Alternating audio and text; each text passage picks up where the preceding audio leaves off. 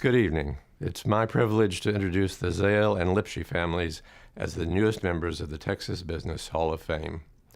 From one small store opened in Wichita Falls, Texas in 1924, M.B. Zale, with the aid of his brother Bill, brother-in-law Ben Lipshy, and many of their children and relatives, created an industry-leading international network of fine jewelry stores that became a billion-dollar business based in Dallas. The second generation of the Zale-Lipshy family, led by Donald Zale, carried on and expanded not only a great business tradition, but also the family's extraordinary philanthropic programs that have made life better for so many. Don Zale, it's my honor to welcome you and your family tonight into the Texas Business Hall of Fame. Congratulations. From that humble beginning, the Zale-Lipshy family revolutionized the diamond industry and built Zales into a household name. The now much larger family of stores was sold in the mid-'80s. At the time, Zale had about 1,700 stores all over the country and internationally as well. Our shareholders numbered about 12,000. Our employees were about 10,000. The acquisition that was made was about $1 billion transaction. Morris, Bill, and Ben Lipshy built something that'll be remembered for years as being one of the stalwart big businesses that started in Texas.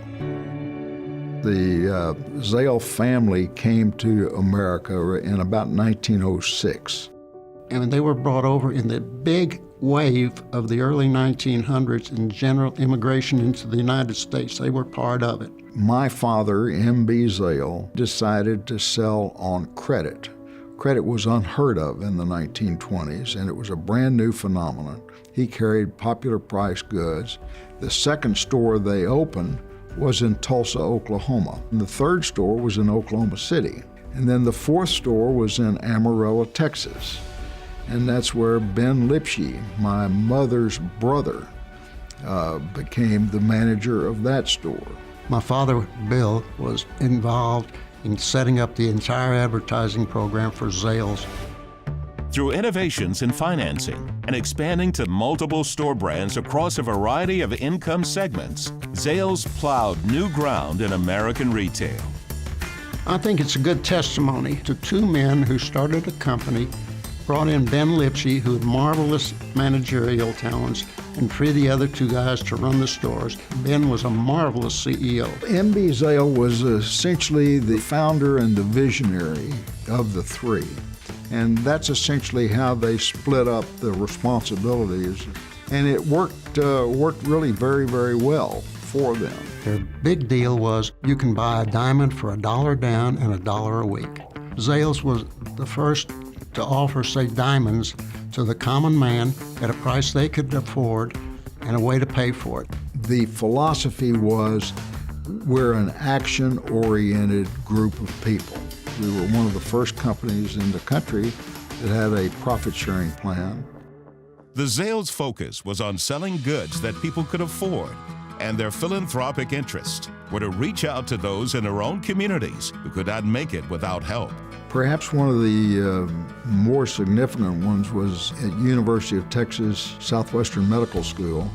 There is the Zale-Lipshy University Hospital. You know, we have several family foundations today, and that all run today by members of the family because we had plenty and other people didn't. Spend the money with the people that helped us get it. When the new state of Israel asked for $1 million, the Zale founders proposed a plan for them to have even more. And they said, we won't give you any money at all. But what we will do is even more important. We'll help Israel create a diamond industry. Instead of giving a man a fish, you feed him for a day, you'll teach the man to fish and feed him for a lifetime. They ran their business on a very, very honorable basis. When I left, there were 1,000 stores. You know, ambition. That's all. But the ambition to build something that had never been done. And I think they did a hell of a good job. Whenever people come up to you and say, I bought something at Zales, my reply is, I'm glad that you did, but tell me the truth. Were you treated well? have yet to have anybody say no. And that is the best thing you could say. That's my family.